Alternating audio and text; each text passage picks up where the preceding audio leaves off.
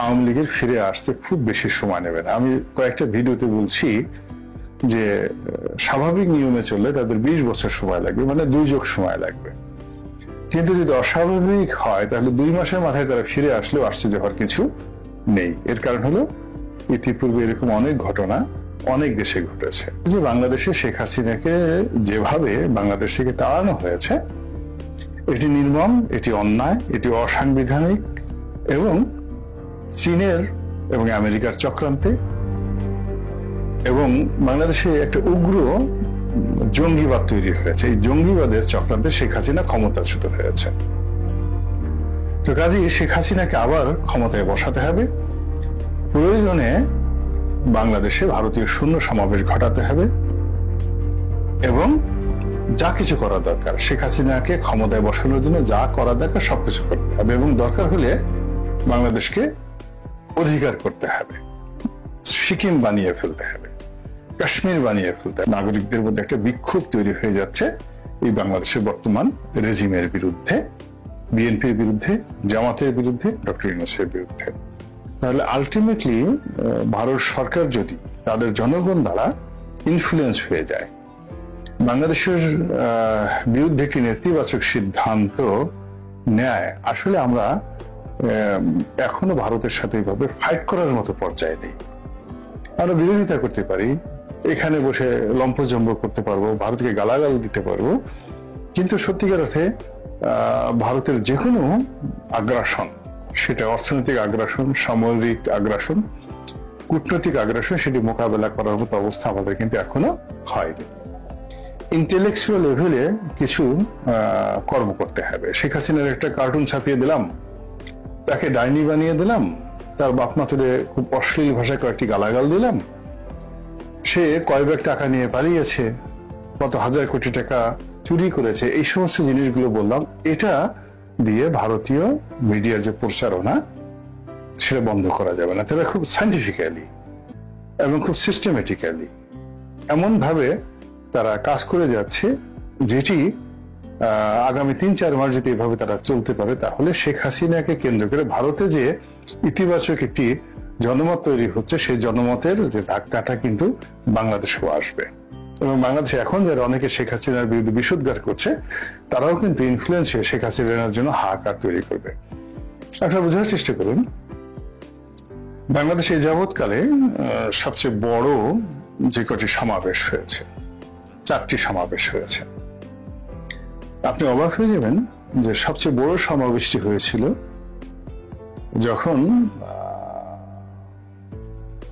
আপনার আইয়ুব খান ক্ষমতা লাভ করলেন এবং তিনি বাংলাদেশে আসলেন বক্তব্য দেওয়ার জন্য। তখন আইয়ুব খানকে দেখার জন্য মানুষজন যে ভিড় করেছিল, ওই সময়টিতে ঢাকাতে যে সমাবেশ হয়েছিল, এখনো পর্যন্ত সবচেয়ে বড় সমাবেশ বলা হয় ঐতিহাসিক সেই আইয়ুব খানের সমাবেশ। দ্বিতীয় যে সমাবেশ, সেটা হলো আইয়ুব খানের বিরুদ্ধে যখন ফাতেমা জিন্নাহ দাঁড়িয়েছিলেন এবং তিনি যখন বাংলাদেশে এসেছিলেন, তখন সারা বাংলাদেশে তাকে কেন্দ্র করে যে উন্মাদনা হয়েছিল, এটা হলো সংখ্যার বিচারে দ্বিতীয় জমায়েত। আর আমরা বঙ্গবন্ধু রেসকোর্স ময়দানে যে 7ই মার্চের ভাষণ বলি, সেই 7ই মার্চের ভাষণ হলো তৃতীয় জমায়েত। আর এরপরে সবচেয়ে বেশি জমায়েত হয়েছিল 1981 সনে, যখন শেখ হাসিনা বাংলাদেশে এসেছিলেন। শেখ হাসিনা স্বদেশ প্রত্যাবর্তন দিবসে প্রচন্ড বৃষ্টির মধ্যে কাক ভেজা হয়ে যত মানুষ বিমানবন্দরে ছিল, ওইরকম যাকে বলে বিরূপ পরিস্থিতিতে বাংলাদেশে, মানে ওইরকম বৃষ্টির মধ্যে যদি রেসকোর্স ময়দানে হতো, তাহলে 7ই মার্চের ভাষণ অর্ধেক মানুষ যেত কিনা সন্দেহ।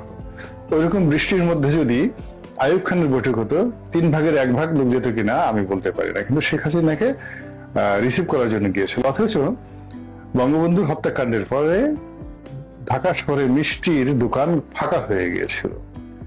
নফরত, ঘৃণা, আওয়ামী লীগের ঘৃণা। আওয়ামী লীগের কোন লোক মারা গেলে মানুষ জানাজা পড়াতে যেত না, এরকম অবস্থা। বলতে হিন্দু হয়ে গেছে, জানাজা হবে না। ৭৬ সালের ঘটনা। তো সেই যে ঘৃণা, সেই ঘৃণা কিন্তু শেখ কামালকে নিয়েছিল, শেখ জামালকে নিয়েছিল, শেখ জামাল শেখ কামালের স্ত্রীকে নিয়েছিল, শেখ হাসিনাকে নিয়েছিল, শেখ রেহানাকে ছিল। পুরো ৭৬-৭৭ সন পর্যন্ত আওয়ামী লীগের কারো বিরুদ্ধে শেখ পরিবার সম্পর্কে কোন রকম ইতিবাচক কথা বলার মতো ক্ষমতা বাংলাদেশের কারোর ছিল না। তো সেই জিনিসটি ৮১ সনে এমন কি হলো যে শেখ হাসিনার আগমন উপলক্ষে সারা বাংলাদেশের সবচেয়ে স্মরণকালের জমায়েত হয়ে গেল সেই ঢাকা এয়ারপোর্টে, এটি প্রচারণার কারণে। তো সেই প্রচারণা এখন গ্লোবালি ১০০০ গুণ বেশি করা সম্ভব। আর অতীতে আওয়ামী লীগের টাকা ছিল না, কানেক্টিভিটি ছিল না। এখন তাদের রাশিয়াতে রাষ্ট্রীয় পর্যায়ে বন্ধু আছে, ভারতে আছে, তারপরে চীনে আছে, মধ্যপ্রাচ্যে আছে, আমেরিকাতেও আছে, এবং অঢেল টাকা ১৫ লক্ষ কোটি টাকা তারা বাংলাদেশ থেকে শুধু পাচার করেছে। ফলে এই টাকা নিয়ে যদি তারা মাত্র বছর খানিক প্রচারণার সময় পায়, সেই সময়টাতে শেখ হাসিনা বেঁচে থাকবেন কিনা আমি বলতে পারি না। তবে জয়, পুতুল বা শেখ রেহানার ছেলে ববি, তার মেয়ে টিউলিপ বা রূপন্তী, তারা যদি এয়ারপোর্টে আসে, আল্লাহ মাফ করুন, কি যে অবস্থা তৈরি হবে এটি আপনি আমি এখন কল্পনাও করতে পারছি না।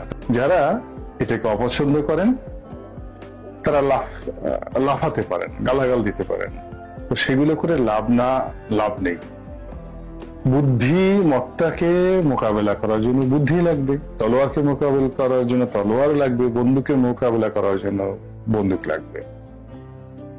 আওয়ামী লীগের লোকজন এখন যে প্রচারণা করছে, সেই প্রচারণার বিরুদ্ধে কাউন্টার প্রচারণা করার জন্য যদি বিনিয়োগ করা না হয়, প্রস্তুতি না থাকে, চেষ্টা করা না হয়, তাহলে আওয়ামী লীগের ফিরে আসতে খুব বেশি সময় নেবে না। আমি কয়েকটা ভিডিওতে বলছি যে স্বাভাবিক নিয়মে চললে তাদের ২০ বছর সময় লাগবে, মানে ২ যুগ সময় লাগবে।